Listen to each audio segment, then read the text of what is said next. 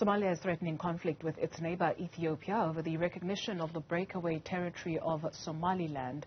Somali officials say they are ready to pick up arms to defend their homeland. Earlier this month, Ethiopia signed a memorandum of agreement, allegedly, to develop a naval base on Somaliland's coast. We take a look at this now. We're joined by Matt Bryden, co-founder and strategic advisor at SAHAN. Thank you very much for your time this afternoon. So trouble is brewing in a number of parts in East Africa, but for this specific situation, maybe a bit of a history lesson. Somalia, Somaliland, what do we need to understand about the two? You need to understand that Somalia and Somaliland received independence in 1960 as two separate states. One was an Italian colony, one British. And 4 days after receiving their independence, they united as the Somali Republic. When the Somali government collapsed in 1991, the territory of Somaliland declared independence again, and that it now reclaims its sovereignty as the state of Somaliland. It has not been recognized by any other governments around the world. It's not a member of the African Union, and Mogadishu, Somalia, still claims sovereignty over Somaliland. So the dispute really is over whether Somaliland has the right to self-determination and to be recognized finally after more than 30 years now of de facto independence, whether it should be recognized internationally as a de jure independent state. Mm-hmm. In enters Ethiopia. What do you understand about this alleged memorandum of understanding, and what is the long goal for Ethiopia here? Well, Ethiopia has been Somaliland's principal partner ever since the collapse of the Somali government in 1991 and the declaration of Somaliland's independence. The capital of Somaliland and the territory is much closer to eastern Ethiopia than it is to Mogadishu. Ethiopia is Somaliland's main trading partner. It's Somaliland's principal security partner as well.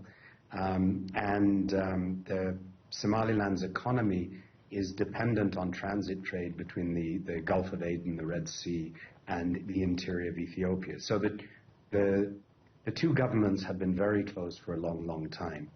And now Ethiopia has signed a memorandum of understanding with Somaliland that would give Ethiopia a military base, a naval base on Somaliland's coast, and also some commercial privileges as well, in exchange for diplomatic recognition of Somaliland as an independent state.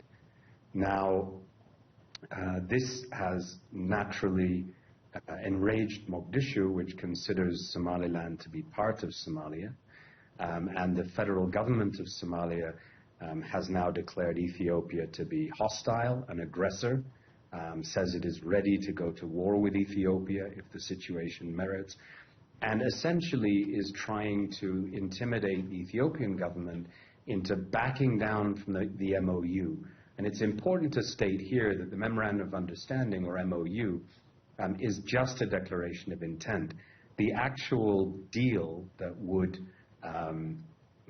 result in these reciprocal benefits to Somaliland and Ethiopia, that's to be signed in 1 month's time. And it's clear that Somalia doesn't want that actual deal to be signed. This is the consequence of this. I hope we do have time to get into it, but immediately, what does Ethiopia want? Because it is a landlocked country. Somaliland has access to the ocean, and so when Eritrea broke away, Ethiopia was now left without access to the ocean. And so what is the long-term goal there in trying to understand what would get them to back down, or what would get them to pick up arms as well? It's a very good question, and I think you put your finger on it. Ethiopia used to be a state with a border on the Red Sea, and in 1993, after Eritrea's independence, it lost that maritime boundary and has been landlocked ever since. So Prime Minister Abiy Ahmed, who heads the Ethiopian government, came to power in 2018 and made it clear that he wanted to restore access to the sea, In his words, Ethiopia's population is now passing 120 million, soon to be 150 in the coming decades. And he says it's an existential matter for Ethiopia that it must have access to the sea, or else its people, it won't be able to economically sustain its population. So this has been a couple of years in the making, and Prime Minister Abiy has also made it clear that he wants to see Ethiopian naval vessels projecting national power into the Red Sea. And so these seem to be the goals that he's looking for, while Somaliland is looking for that first foreign government, to recognize its statehood. What is your understanding of what's going on in that region when we speak of consequences? If it's not Somalia and Ethiopia, you've got Uganda, Rwanda, Rwanda and Burundi with the border issue. And so what's going on in East Africa do you perceive?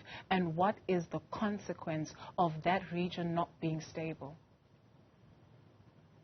Well, it's potentially very troubling. On one level, there isn't an immediate danger of destabilization because Somalia really doesn't have any power to project. It's an embryonic government. It's actually still a provisional government because its constitution is still provisional. And it really doesn't have much of an army. What it has is struggling to contain the threat of the Al-Shabaab terrorist group inside Somalia proper. And it's doing that together with African Union troops, including Ethiopian troops who are inside Somalia fighting the jihadists. So Somalia can't really go to war with Ethiopia or Somaliland because it doesn't have the means. On the other hand, what Ethiopia has is diplomatic and juridical sovereignty, and it is appealing to states like Egypt, Qatar, Eritrea, to sort of join its camp and put pressure on Ethiopia. And I think that's where the real danger lies. Egypt and Eritrea both have tensions with the Ethiopian government and could potentially, if they lent their military power to Somalia, Ethiopia might feel that it has to respond. So polarization in the region, militarization of neighboring states, and the escalation of tensions are all very real possibilities.